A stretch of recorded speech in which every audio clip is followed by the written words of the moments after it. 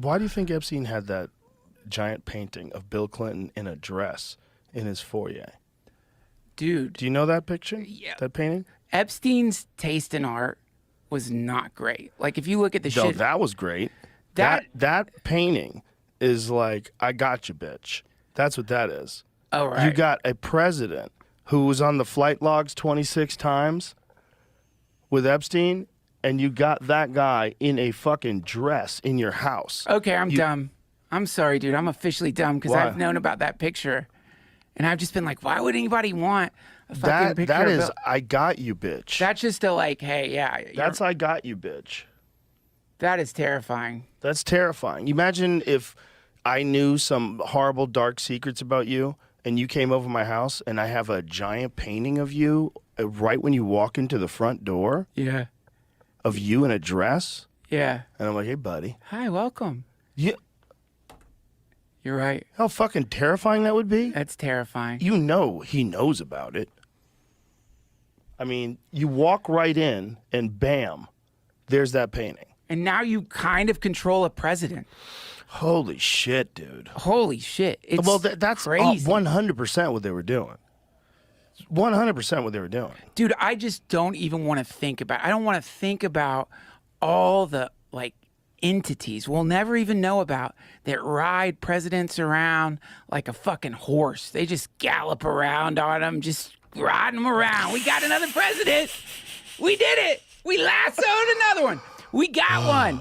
And that is so crazy to think about. Like a president who is being extorted, the president of the United States being extorted.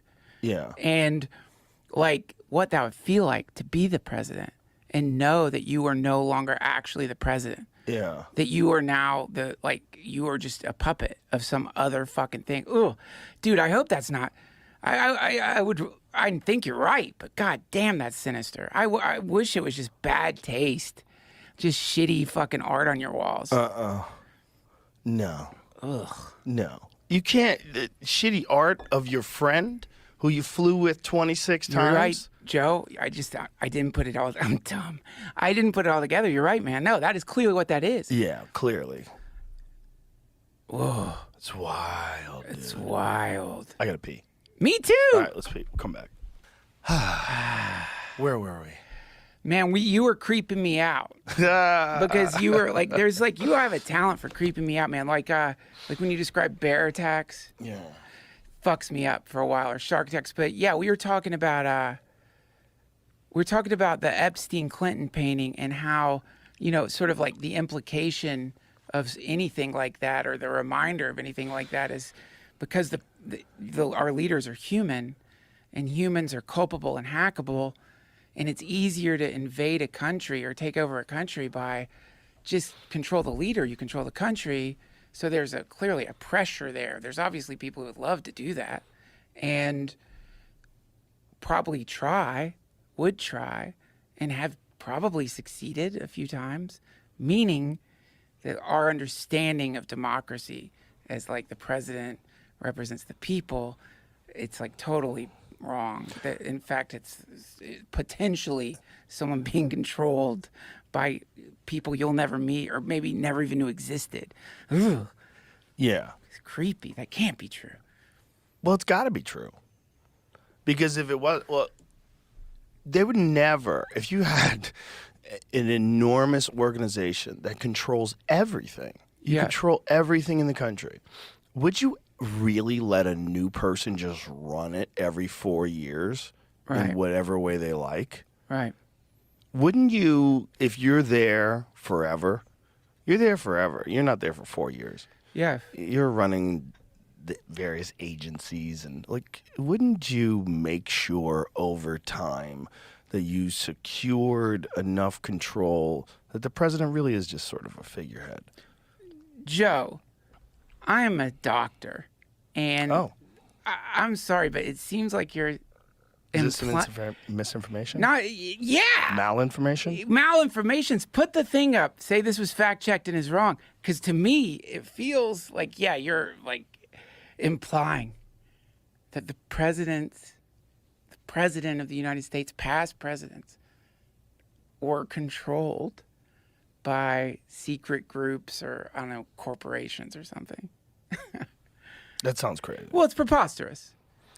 It's yeah, I mean, we have a democracy. That's not even possible. Nobody on this planet would ever want to control the United States without having to invade it. Nobody would ever want to do that or try to do that or succeed in doing that. God damn, man. You definitely couldn't do it with money. No. Presidents don't like money. No, they generally shy away from it. Most of them are dead broke, even when they're in there in the White House. Like, you know, like they're like dead fucking broke. That's why Bill Clinton ate McDonald's. Every day. People had to loan him money and shit, dude. He would get his car booted and couldn't afford to get the boot off. Yeah, this is why all of our American politicians are like, they're paupers when they get out. Middle income. Isn't it wild how much they actually make? I mean, it's an insane amount of money. When you look at how much money they get after they get out of the White House. Yeah. You're like, what are you doing? Like, wow. How'd you make that much money? You just got back into business. Yeah.